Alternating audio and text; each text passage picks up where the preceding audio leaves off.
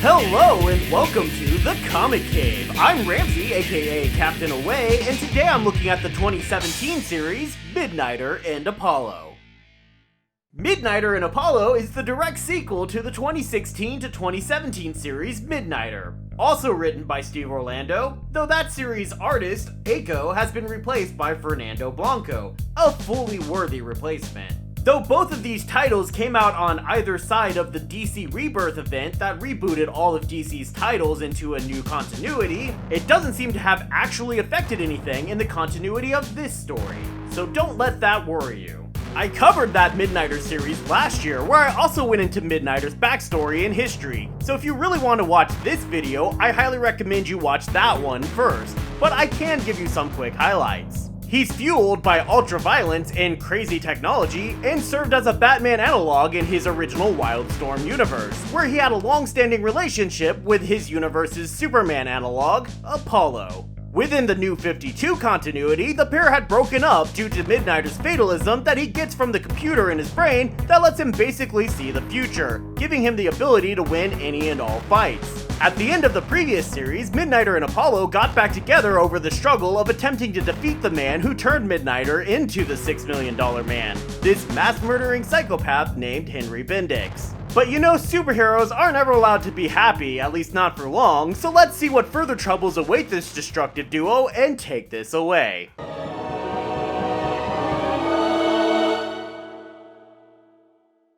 The comic opens with Midnighter beating down some bad guys, and this one, rather foolishly, says even Midnighter can't beat all of them. What's that now? Challenge accepted. So he launches us straight into an amazing double-page spread of him hurtling across a moving train until finally bursting out the back.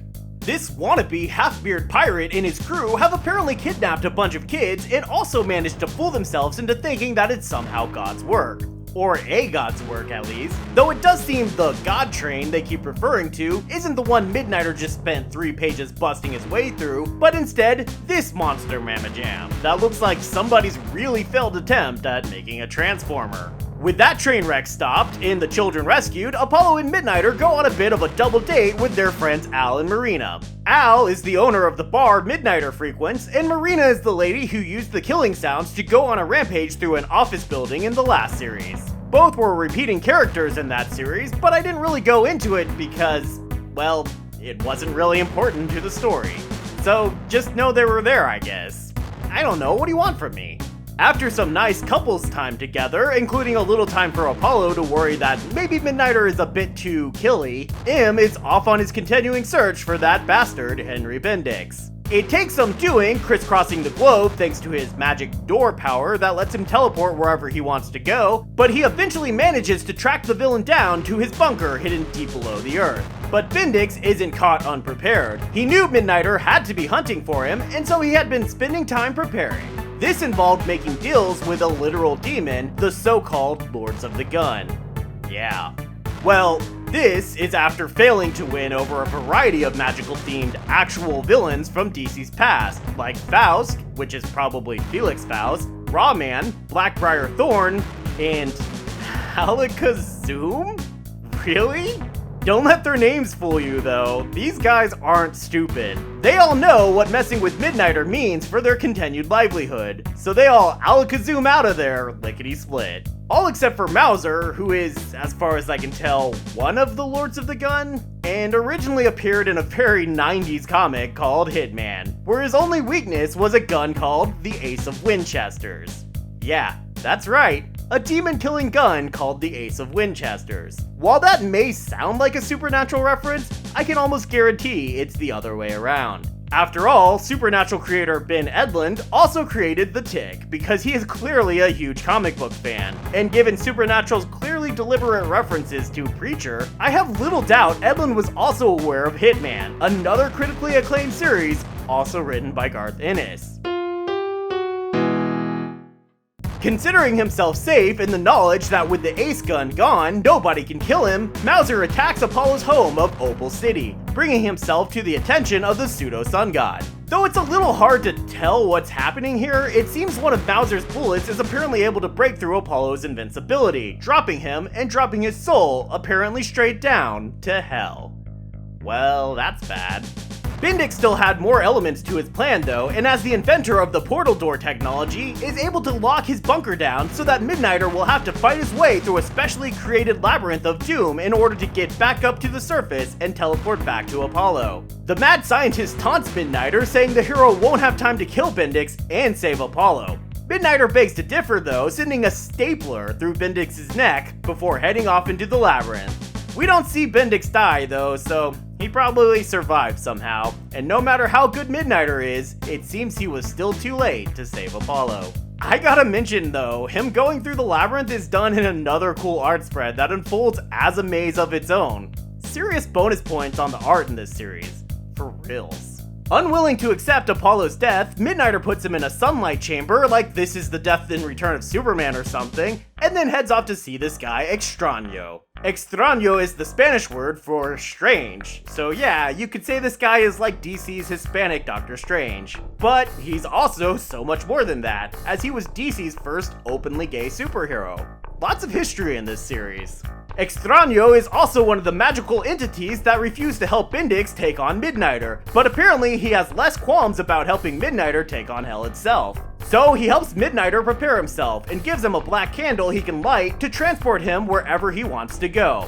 The candle doesn't take him to his star though, but instead takes him to this field of hell full of demons and... Wait, are those Iron Maidens?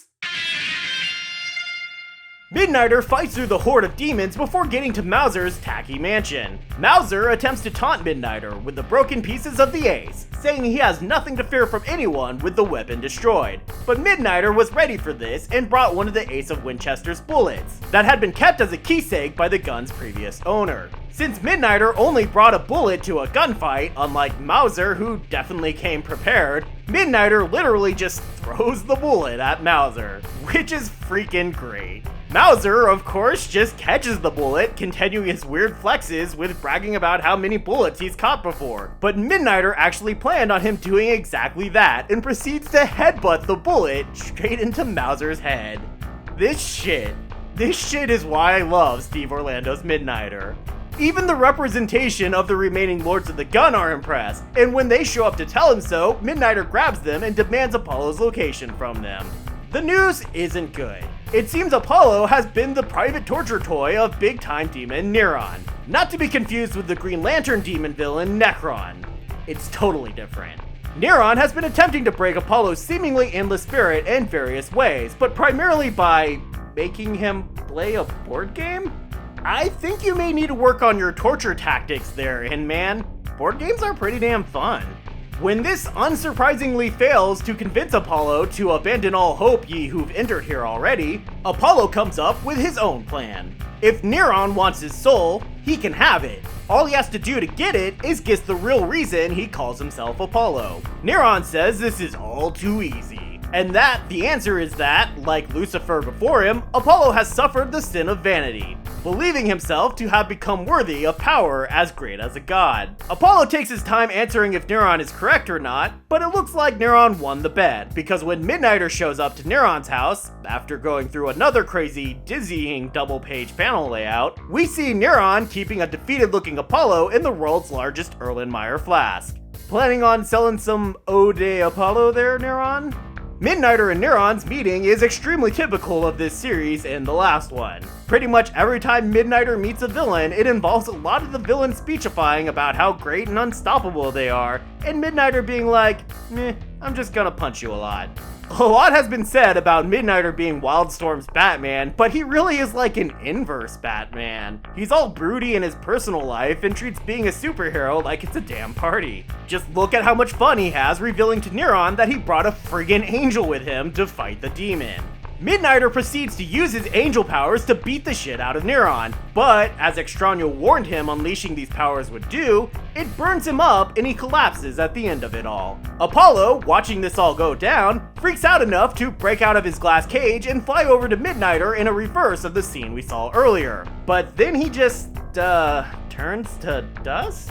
Neuron gets up from his beating, apparently just fine after all, and brags about having killed Apollo before Midnighter ever arrived, so that even if he did manage some kind of heavenly beatdown on the demon, the victory would be a hollow one. It seems Neuron made a critical error though in revealing to Midnighter the deal he made with Apollo, because Midnighter must have known Neuron would never be able to correctly guess Apollo's reason for naming himself as he did. So we see Midnighter use his angel powers once more to call out to an actually still alive Apollo who has been wandering around hell looking for a way out. So it becomes Apollo's turn to rescue Midnighter, and he swoops down to punch the hell out of the demon while issuing a snappy, "Not today, Satan!" Okay, he actually says, "Not today, asshole," but come on. Neuron throws one last trick at the duo, sending everyone they've ever killed after the pair, including the stupid half-beard wannabe pirate from the beginning, and a bunch of the multiplex clones Midnighter had so much fun killing in the previous series. Good times. The pair are pretty tired of all this shit though, and Apollo simply scoops up Midnighter and flies them back to the black candle Midnighter left burning so they can get the hell out of hell. Back among the living, they spend a little time celebrating with friends at Extraño's place, where he seems to suggest that they're forming some sort of evil fighting alliance, before the titular pair head home so Apollo can show Midnighter all about this cool new board game he learned about in hell. He also explains that the real reason he calls himself Apollo actually has to do with the legend of Hyacinth. This Apollo claims that when Hyacinth was dying, the mythical god Apollo knew the man, his lover, was doomed, so he turned him into the hyacinth flower to defy Hades, a reflection of the struggle the duo just went through themselves, and a metaphor for this Apollo's feelings toward Midnighter.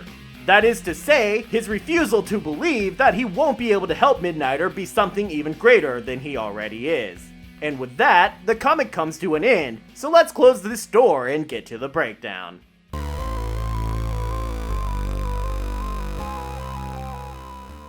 I enjoy the emphasis placed on the board game played between Neuron and Apollo. The entire plot of the series unfolds much like the game Neuron is trying to play against the heroes, and that gets extra emphasized in Fernando Blanco's art, particularly in the sprawling labyrinthine layouts that appear regularly throughout. But despite my praise for it, I do feel like the plot ends up feeling a little short and a bit stretched thin across the 6 issues, with some parts seeming like they were just killing time for the page count.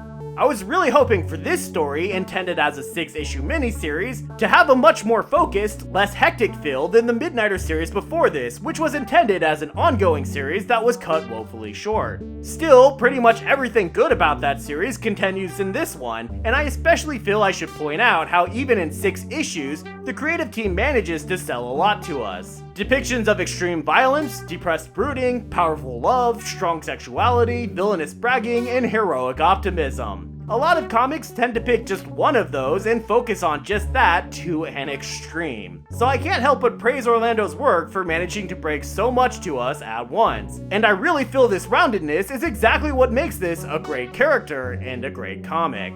So I'm giving this series a recommendation level of high. If you read and enjoyed the previous series, you should definitely check this one out. Everyone else, there's still so much on offer here, I think you'll find something to enjoy about it. And enough gets explained that it's not an absolute requirement that you've read the previous series. Though if you recall, I gave that one a high recommendation as well. The collected edition gets one Midnighter logo, which is mostly good. It's pretty much just the 6 issues plus one bonus cover and some cool sketchwork and concepts from Blanco. It's not anything that's going to blow your mind, but it's not a bad little collection.